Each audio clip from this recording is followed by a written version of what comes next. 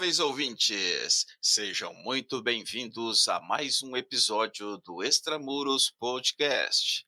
Sou Washington Clark dos Santos, seu anfitrião, e no episódio de hoje concluiremos a entrevista com o policial penal do Departamento Penitenciário de Minas Gerais, Leonardo Aganete Pessoa, autor do livro Do Outro Lado da Grade, a visão do cárcere por um agente penitenciário. Vamos lá? Aganete, podes melhor contextualizar teu posicionamento acerca do tema privatização de unidades prisionais? Este termo, na tua visão, tem o mesmo significado e objetivos de cogestão? O modelo de parceria público-privada, adotado em vigência no complexo de Ribeirão das Neves, no que tange à ocupação e às rotinas carcerárias, requer reparos? Caso positivo, quais seriam? Eu acho que da forma que ocorre é uma forma equivocada. Eu acho que tem várias partes que dá sim para ingressar com a parceria público-privada, vamos dizer assim, desde a construção da unidade prisional, a própria manutenção predial que vai requerer com o tempo, sempre requer, a questão da produção do uniforme, de manutenção dos uniformes com reparos e serviços de lavanderia, a questão de oficinas de trabalho dentro das unidades, alimentação, ainda na questão da contratação de médicos, de enfermeiros, de técnicos de enfermagem, advogados, psicólogos, toda essa parte também não há um prejuízo, na minha opinião, de ser terceirizado. Agora, o que não pode jamais ser terceirizado é a atividade policial. E é essa da vigilância, do policiamento, da administração da unidade prisional e de toda atividade de custódia, de escolta. Essa não pode ser jamais terceirizada, principalmente a de custódia, porque de forma equivocada a gente vê, pegando como exemplo o Espírito Santo, quase todas deram problemas, no Paraná, no Rio Grande do Sul, todas elas tiveram problemas. E ela ocorre de uma forma muito equivocada. Eu falo que a unidade de parceria público-privado ela é um engodo. Por quê? Vamos fazer aqui no nosso estado, Minas Gerais, uma comparação entre uma unidade totalmente administrada pelo Estado e uma unidade de parceria público-privada. Bom, vamos lá. Primeiro, a unidade de parceria público-privada não trabalha com superlotação. É uma unidade onde se tem celas de reserva, ou seja, uma determinada cela estraga, vamos dizer que a partir de esgoto daquela cela entupiu. Se retira esses presos, se coloca na cela de reserva, a equipe de manutenção entra, faz todos os reparos necessários naquela cela e imediatamente retorna com os presos para a cela. Então, quer dizer, é muito desproporcional essa comparação. Primeiro que, embora também acredito que seja uma estrutura física equivocada, mas ainda assim a estrutura física é muito melhor do que a grande maioria das unidades construídas 100% com dinheiro público. Tudo na unidade funciona, as máquinas de raio-x onde passam toda a alimentação, quando elas estragam são imediatamente consertadas ou trocadas. Da mesma forma, o body scan, que é o scanner corporal. Então, assim, é muito desproporcional essa comparação. A gente pegar uma unidade prisional, como eu mencionei em outras respostas de outras perguntas, a cela é feita para 6, tem 30. As unidades mais antigas do estado foram projetadas para 1 preso por cela, hoje tem 3 em sua ocupação. Na unidade privada, tem todo o corpo técnico formado, como eu disse, tem médico, tem dentista, tem enfermeiro, tem auxiliar de enfermagem, psicólogo, psiquiatra, tem toda essa estrutura para o atendimento do preso. E nas unidades administradas pelo Estado, a grande maioria não os tem. Ou tem um, ou tem outro, ou não tem nenhum. Então, assim, a dificuldade de gestão é outra coisa. A unidade convencional, vamos dizer assim, queima-se uma lâmpada, aquela lâmpada muitas vezes não vai ter reposição. Os presos conseguem encerrar uma grade, a unidade vai passar tempos ali para conseguir consertar aquilo. Entope-se um sistema de hidráulico, um sistema de esgoto, quer dizer, o Estado não tem a quem recorrer. Acaba que é os próprios presos, né? Pegam um preso que trabalha na unidade, vai arrumar aquilo ali, muitas vezes corre atrás de doação da sociedade, de empresário, buscando, junto aí ao Poder Legislativo, com deputados, recursos de emendas parlamentares, ou com o Judiciário, através de verbas pecuniárias. Então, assim, é muito desproporcional essa comparação. A condição de trabalho dos servidores que trabalham naquela unidade não tem comparação com qualquer unidade prisional convencional, principalmente pelo fator da superlotação. Um outro aspecto também que é interessante, lá o preso na unidade de parceria privada, que não adaptou, ele retorna para o sistema convencional. Eu acho que é completamente desproporcional essa comparação, é um engodo para a sociedade, porque vêm pessoas de outros estados visitar Minas Gerais, unidades prisionais, eles levam ele numa unidade convencional, que deveria ter 400 presos, tem 1.200. As celas vão estar todas detonadas, as celas vão estar todas degradadas por causa da rotatividade de presos, da quantidade de presos por cela. Aí sai de lá, leva esse visitante, esse observador para a unidade privatizada. Lá, a unidades são projetadas para no máximo 4 presos por cela, nunca vai ter mais do que isso dentro de uma cela. Com celas reservas para quando aquela cela precisar de algum reparo, tira aquele preso daquela cela, faz o reparo necessário e volta. Todo o corpo técnico pronto para atendimento, toda a condição de trabalho adequada, sistema de vídeo monitoramento perfeito, qualquer defeito apresentado é imediatamente consertado. Se o governo do estado realmente estivesse disposto a investir no sistema convencional o que ele investe no sistema de parceria público-privada, eu te garanto que as nossas unidades seriam muito melhores, muito superiores em todos os aspectos do que as de parceria público-privada.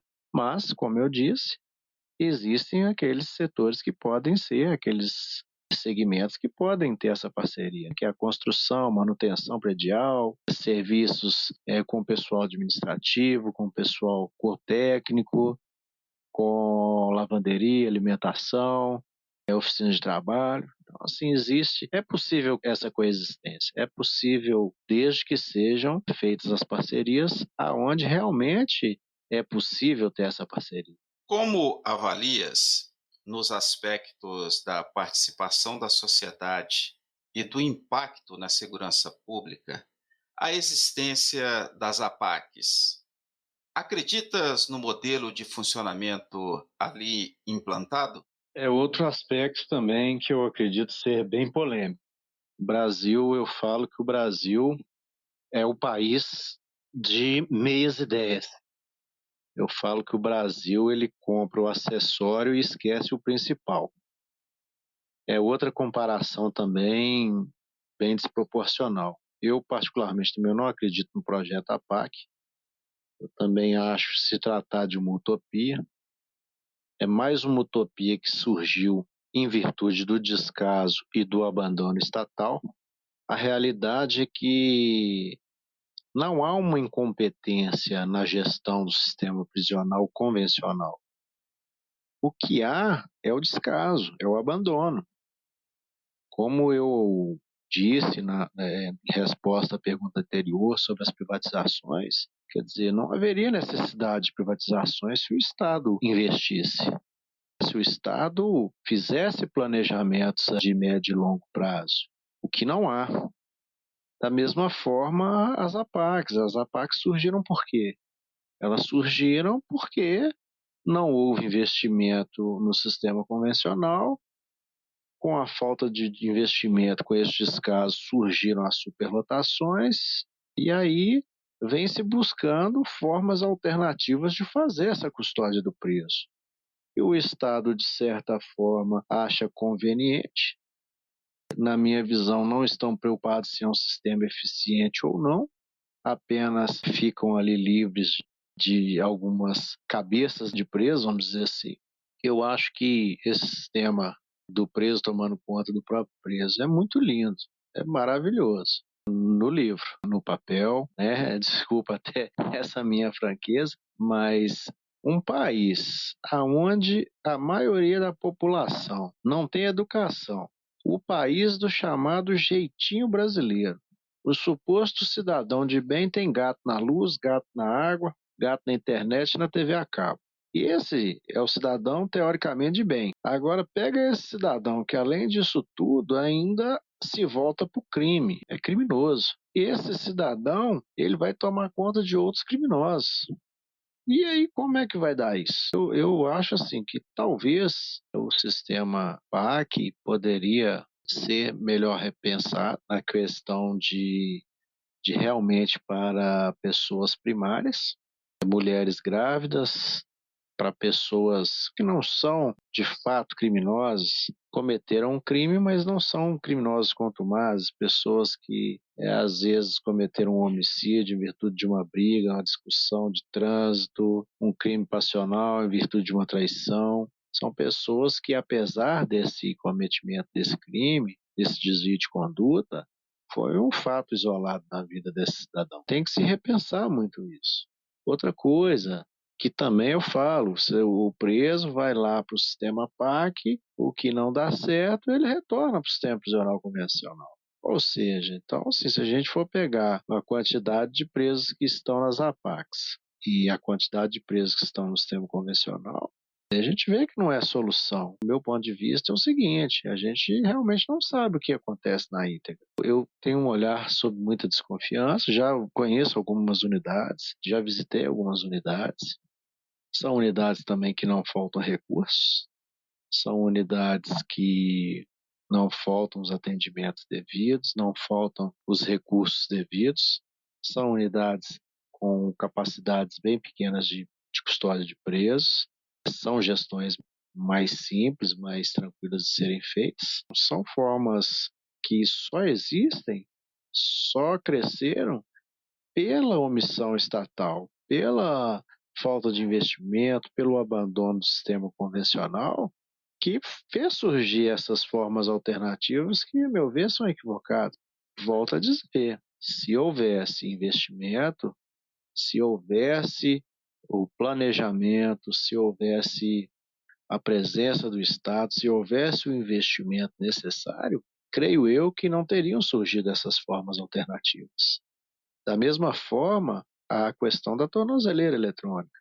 É muito bonito, a gente vai em países onde há segurança jurídica, tem uma legislação penal mais rígida. O Brasil foi lá, num país que tenha esse acessório, achou muito bonita a tornozeleira, trouxe a tornozeleira, mas não trouxe o principal, que é o arcabouço da legislação, que é a segurança jurídica do trabalho, que também só cresceu no Brasil pela ausência do Estado e pela falta de investimento e pelo descaso total com o sistema prisional convencional. Ah, está muito cheio, depois em tornozeleira. Não importa se ele está roubando, se ele está matando, se ele está cumprindo, se ele não está. Hoje nós temos no nosso estado mais de 6.000 pessoas com tornozeleira. Se nós formos considerar que a maioria hoje de pessoas com tornozeleira são pessoas ligadas ao tráfico de drogas.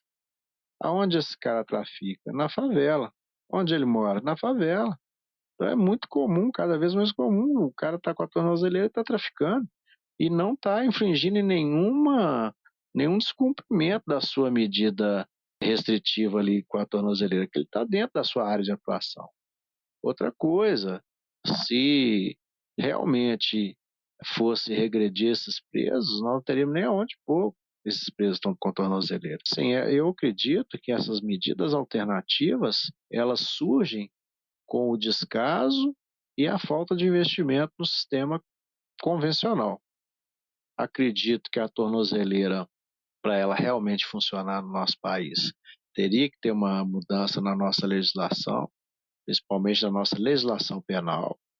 Também acho que deveria ser um recurso aplicado, por exemplo, na audiência de custódia e não da forma que é feito hoje. Eu acho que todos aqueles crimes de menor potencial ofensivo, o sujeito ali poderia responder em liberdade, já com o monitoramento, e ao final, quando condenado, essa condenação poderia ser aí desde uma condenação em regime fechado, regime semiaberto, ou na própria permanência com a tornozeleira por um período a mais, mas da forma que é hoje também é equivocado. Então, volto a afirmar, dentro do meu ponto de vista, que tornozeleira eletrônica, privatização por meio de parceria público-privado ou privatização total de determinados locais da unidade prisional e mesmo as APACs, essas formas alternativas surgiram pela falta de investimento no sistema prisional convencional. Qual a tua avaliação no que cabe aos custos de manutenção e efetivo acerca da existência das pequenas unidades prisionais originadas das antigas cadeias públicas em geral, situadas em zonas urbanas? Representam elas maiores dificuldades quando da necessidade de intervenção?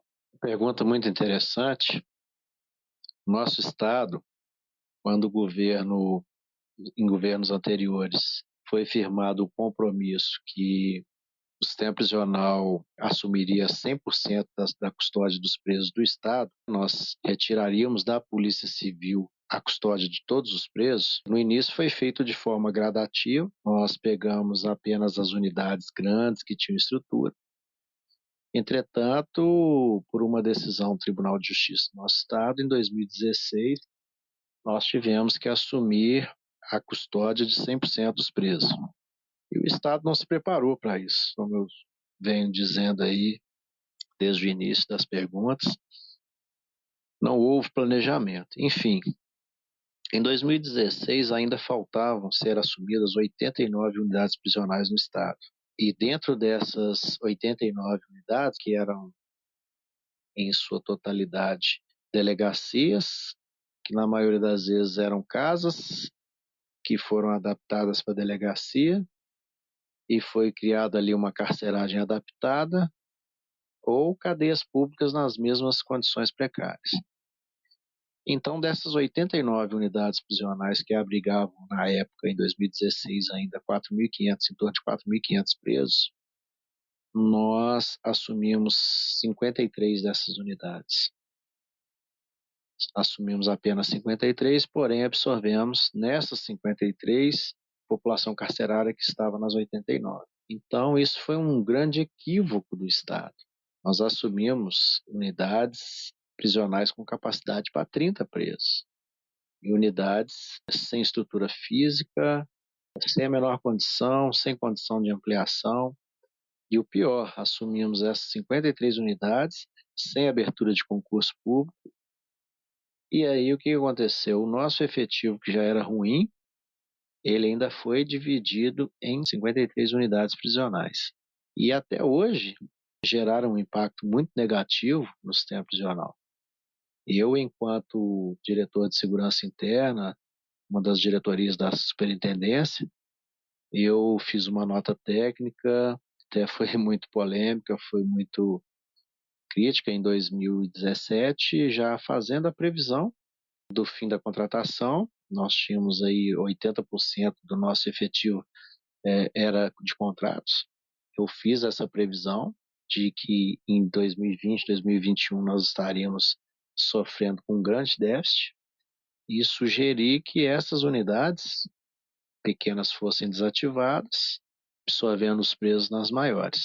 E, infelizmente, até hoje, dessas 53 unidades a qual eu sugeri a desativação, em torno de 5 a 6 unidades foram desativadas apenas. E hoje estamos, mais uma vez, sentindo o efeito dessa descontinuidade que há no serviço público por sofrermos sempre políticas de governo e não política de Estado. Temos aí hoje unidades prisionais no Estado que ainda hoje, mesmo com a aprovação da Polícia Penal, 50% ou mais do efetivo é composto por prestadores de serviço e não policiais.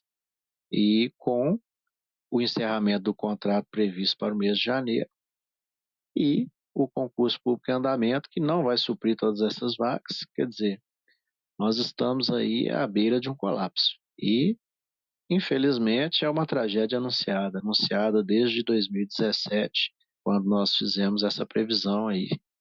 Infelizmente, de lá para cá, né, houve aí as mudanças de governo e nenhum deles tomou providência necessária para corrigir isso. A gente vê o grande descaso, o abandono estatal, que nós temos unidades prisionais que foram construídas com recurso federal. No entanto, o Estado tinha que dar uma contrapartida. E tem obras que já têm 10 anos que estão se enrolando porque o Estado não cumpriu com a sua contrapartida. Acaba sendo pouco eficaz. Não há investimento, como eu venho dizendo aí constantemente, não há investimento do Estado para solucionar o problema. Eu até digo, né, faço uma analogia no livro que eu falo que nós estamos tratando uma infecção grave com dipirona. Então, enquanto ela ainda estiver segurando a febre, nada vai ser feito. Infelizmente, uma hora nós vamos pagar esse preço, uma hora a conta vai chegar. As unidades pequenas têm que ser desativadas, não há outra solução, são ineficientes, muitas delas no centro de pequenos municípios, muro de divisa com residência, com escola, com hospitais, unidades dentro de aglomerados. Então, assim, isso dificulta muito qualquer trabalho do policial ali aquela região, traz insegurança para a população, acaba também trazendo um grande prejuízo para o preso, que, embora eu não acredite na ressocialização, como eu deixei bem claro, mas eu acho também que a pena não deve ultrapassar a restrição de liberdade. A ideia da pena é o quê? É tirar daquele cidadão do convívio da sociedade, porque ele, em algum momento, ele demonstrou não estar apto ao convívio social. Então ele é retirado dessa sociedade para cumprir uma pena. Aí você pega aí uma unidade prisional de pequeno porte com capacidade para 30, 40 vagas, com quase 200 presos. Não há de se falar em qualquer progresso, em qualquer humanização de pena nessa circunstância. Então, realmente é um atraso. Eu sei que foi necessário à época, que não tinha como pôr, mas quer dizer, de 2016 para cá, nós estamos em 2022 e 6 anos se passaram e nada foi feito, né? Já estamos aí quase no ano de 2023.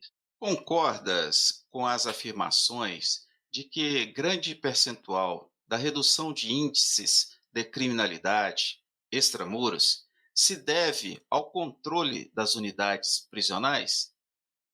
Para maior controle, entendes como necessária a segregação por unidades de membros das facções criminosas? Olha, essa questão, né, da criminalidade extramuros com a relação intramuros, eu acho que não precisa ser nenhum especialista para perceber a ligação direta entre esses dois fatores de crime.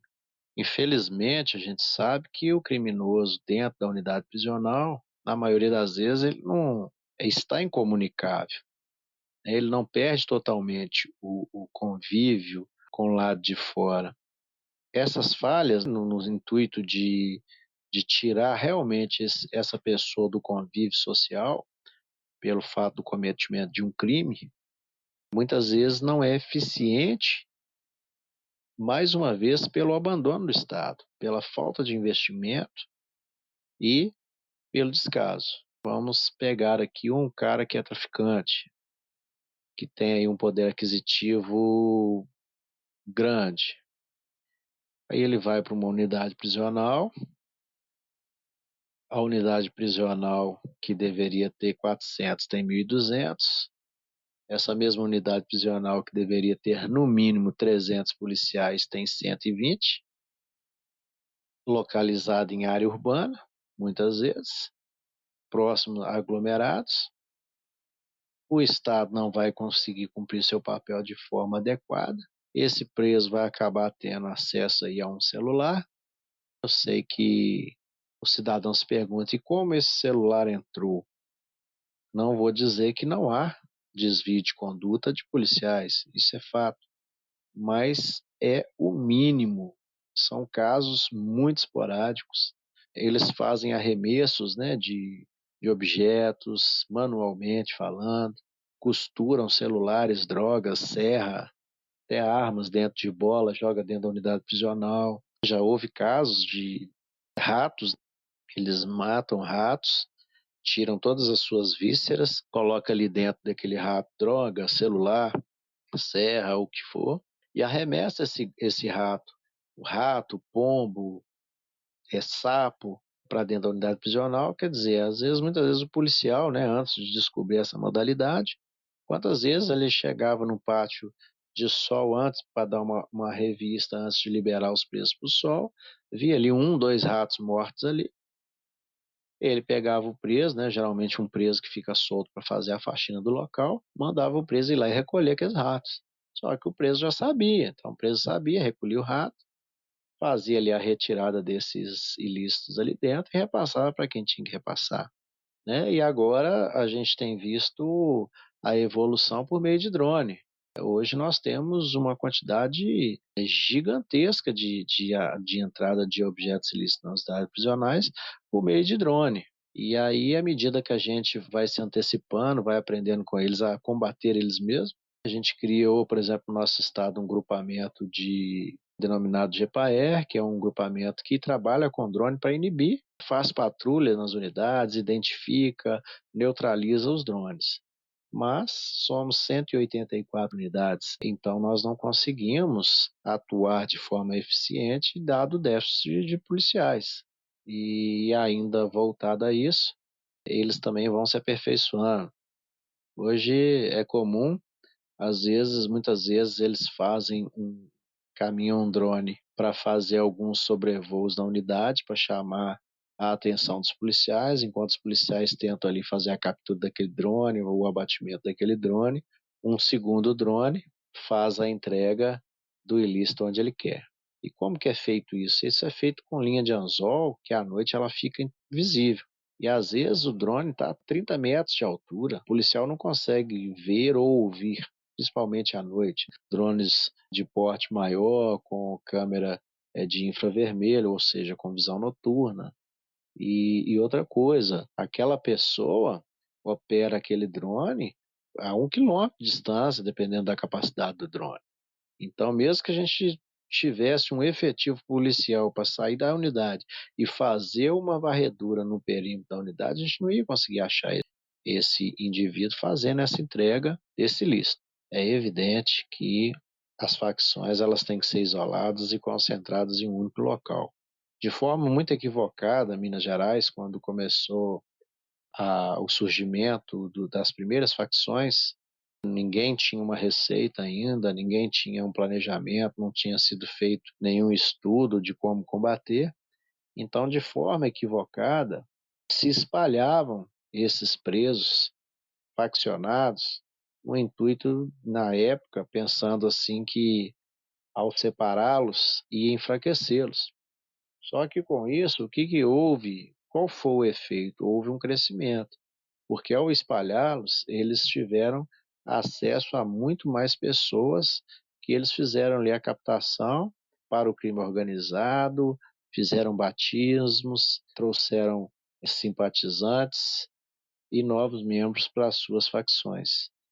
Com a própria experiência negativa dessas primeiras ações, nós chegamos a essa conclusão de que realmente o crime organizado tem que ser segregado, que nós temos que concentrá-los em um menor número de unidades possível para não haver essa contaminação dos demais presos, para não haver esse aliciamento do crime organizado e evitar que esse batismo acabe ocorrendo e, com isso, consequentemente, aumentando aí o número de presos aí em determinadas facções aí ou segmentos de crime. Qual a tua sugestão como medida eficaz para neutralizar a comunicação de presos, ordenando e comandando crimes por meio de celulares?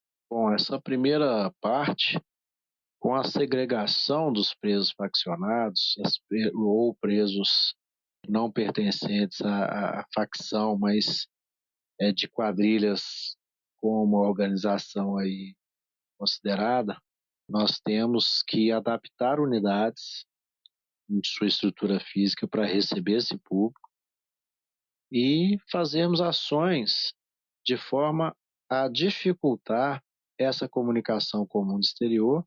Faríamos isso com unidades adequadas, com visitas em parlatórios, por meios de interfone, sem nenhum espaço para passagem de qualquer objeto que seja, e isso também para advogados, e os parlatórios com câmeras de vigilância para uma observação mais severa e unidades com estruturas na qual ficassem o menor número de presos por cela possível, para desarticulação e dificultar a sua comunicação, sem contato físico com visita ou advogados, sistemas de monitoramento mais precisos dentro da unidade, com escalas de revezamento de policiais de forma que rotativa para que esses policiais tenham o menor convívio possível com determinados presos.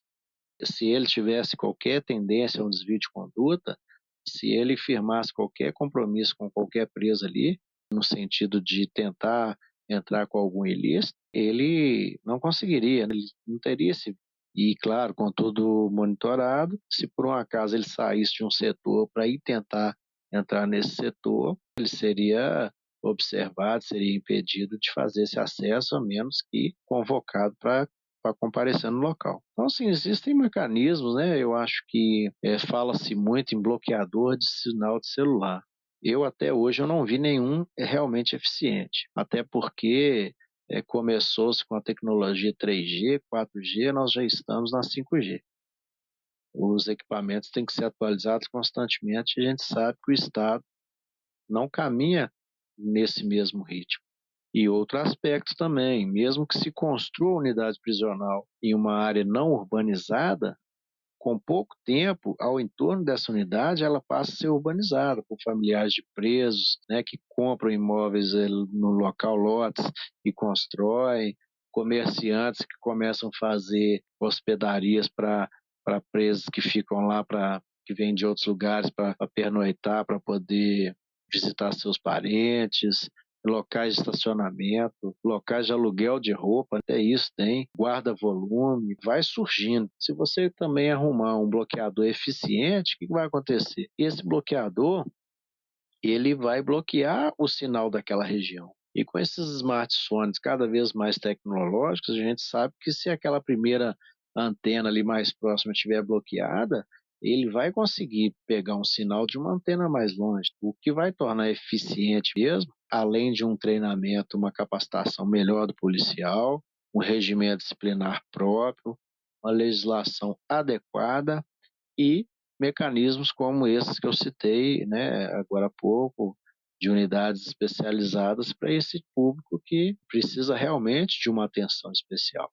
Entendes como fundamental no combate às organizações criminosas que, na ocasião de arrecadação de dispositivos de comunicação no interior de unidades prisionais, o órgão de inteligência penitenciária realize e ou tenha acesso aos dados armazenados em tais dispositivos? Olha, primeiro nós temos que pensar o seguinte: o serviço de inteligência prisional tem muito a crescer, tem muito a amadurecer.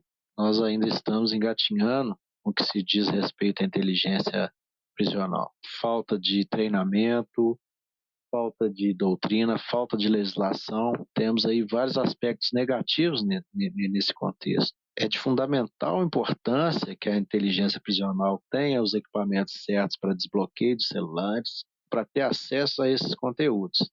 Até mesmo porque a gente sabe que a apreensão é muito grande.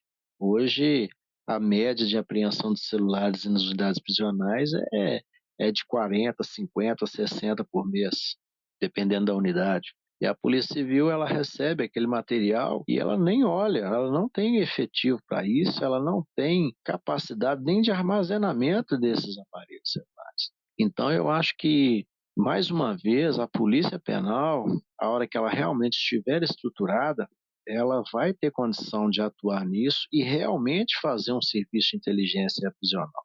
Hoje, para mim, a inteligência prisional é precária, funciona de forma muito simplória.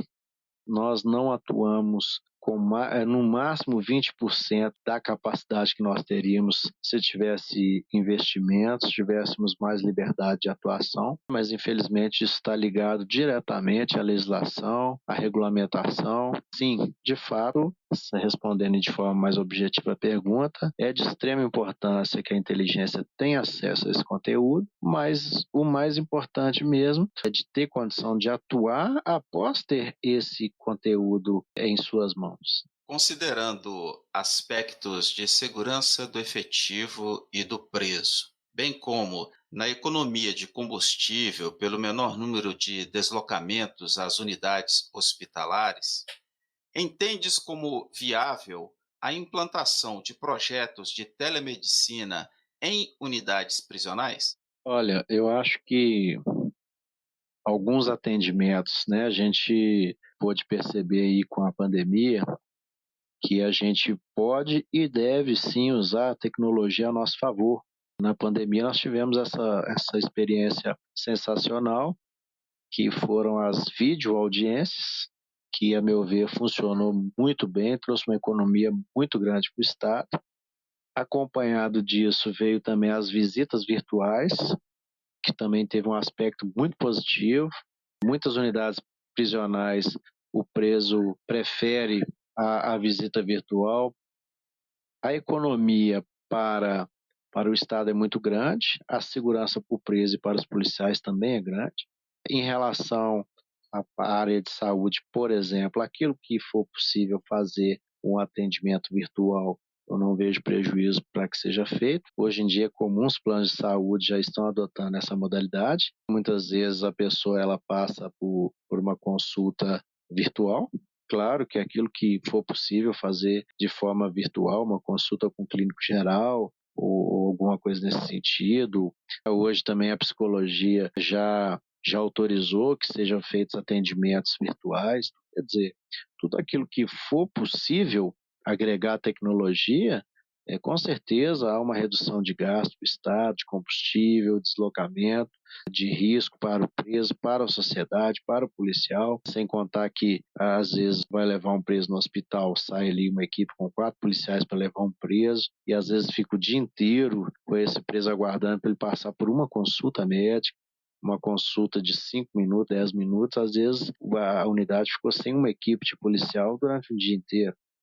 Além do risco de uma tentativa de resgate desse preso, uma troca de tiro dentro de um hospital, de uma unidade de saúde, uma tentativa de fuga mesmo dele, de ter que ter uma atuação mais enérgica da polícia penal. Então tem todos esses aspectos que a gente tem que observar. Possuis ou conheces dados acerca das ocorrências de mulheres presas ao tentarem acessar as unidades prisionais em dias de visitas aos presos, portando ilícitos? Há estudos sobre tais ocorrências, indicando idade, parentesco, antecedentes criminais? Como avalias a entrada em unidades prisionais como visitantes de presos de amigas ou amigos? Olha, isso é cada vez mais frequente e mais comum nas unidades prisionais de todo estado, todo o país, de esposas, mães, companheiras, amigas, ou até pessoas pagas para tentar adentrar dentro das unidades prisionais com drogas introduzidas nas suas cavidades corporais ou ingeridas. Infelizmente, eu falo um pouco sobre isso no livro também. O preso geralmente não liga muito para a família, não, mas quando ele está preso, ele sempre faz essa questão de ter acesso à família para que leve ilícitos ou leve uma comida diferente, ou algo para seu interesse particular ali. Então é cada vez mais comum a prisão dessas pessoas, namoradas, como eu disse, mães, esposas, companheiras, amigas ou até pessoas pagas para se cadastrarem como amigas para tentar aí fazer o ilícito. Infelizmente também, com o nosso déficit policiais, muitas vezes a gente não consegue dar o andamento devido a isso. Aquelas unidades que possuem o scanner corporal, o body scan, por exemplo, às vezes a policial ela percebe que tem ali algo introduzido ou algo ingerido, só que é uma unidade que tem 200 visitas para entrar. Aí você pega uma dessas visitas e você teria que conduzir ela para uma unidade hospitalar para poder fazer a retirada desse objeto introduzido. E você vai perder aí 4 policiais numa ocorrência dessa natureza para depois de retirar esse material introduzido, fazer a condução para a delegacia.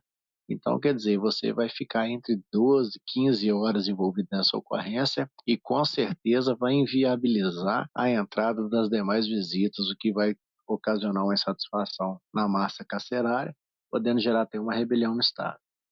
E outro aspecto também que eu volto a dizer, não temos legislação que dê o devido amparo. Às vezes a gente chega na unidade hospitalar, o médico fala, não, não vou fazer, retirar. A menos que ela autorize, ela não vai autorizar, claro que não. E o médico não vai fazer a retirada, e aí não há mais o que a gente fazer. A gente sabe que ela está com algo introduzido, não vai fazer essa retirada, o médico é, se recusou a fazer, uma vez que a pessoa não autorizou, e aí fica por isso mesmo. E agora, recentemente, o nosso Supremo Tribunal Federal solta uma súmula dizendo que não é considerado tráfico, não é considerado um agravante a pessoa introduzir droga para tentar entrar com essa droga dentro de uma unidade prisional.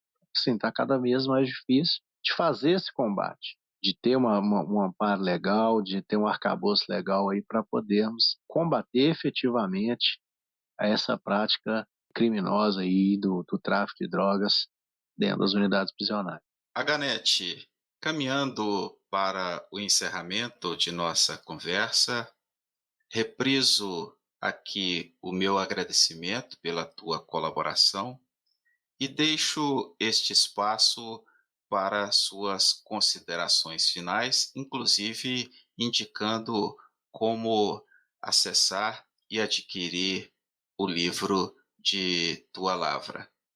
Mais uma vez, muito obrigado e grande abraço.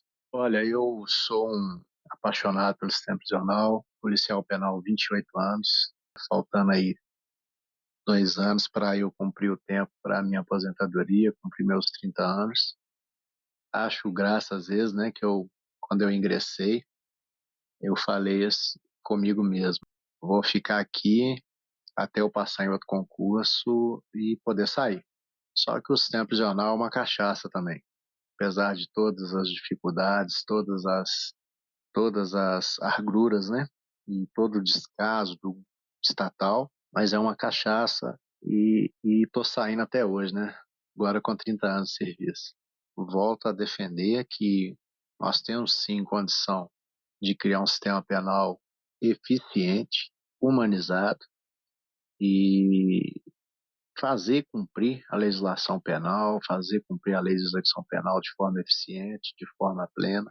No entanto, é essencial a regulamentação da Polícia Penal em todo o país, criar a legislação mais sólida, de realmente deixar o sistema prisional ser administrado 100% pela Polícia Penal, de fazermos projetos com a certeza que eles terão um início, um meio e um fim, projetos que realmente vão ter condição de dar uma entrega melhor para a sociedade, de contribuir de forma efetiva com a segurança pública, de combater de forma efetiva o crime organizado e contribuir de uma forma plena para a sociedade, para a segurança pública e fazer aquilo que a gente sabe fazer e temos condição, sim, de fazer cumprir, de fazer o papel que deve ser feito e o que a sociedade se espera que seja feito no sentido de neutralizar o preso do contato social,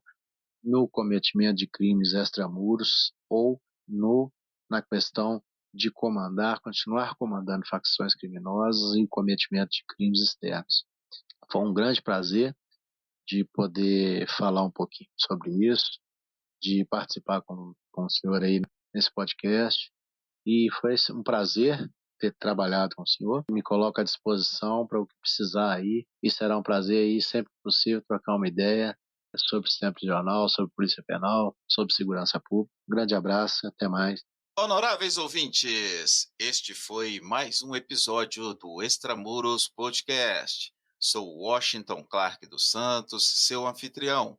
E, no episódio de hoje, concluímos nossa entrevista com o policial penal do Departamento Penitenciário de Minas Gerais, Leonardo Aganete Pessoa, autor do livro Do Outro Lado da Grade, A Visão do Cárcere por um Agente Penitenciário. Qual a sua avaliação sobre este episódio? Visite nosso website www.extramurospodcast.com, extramuros com H. Comente, avalie este e os demais episódios. Será um prazer receber a tua colaboração. Pela sua audiência, muito obrigado e até a próxima.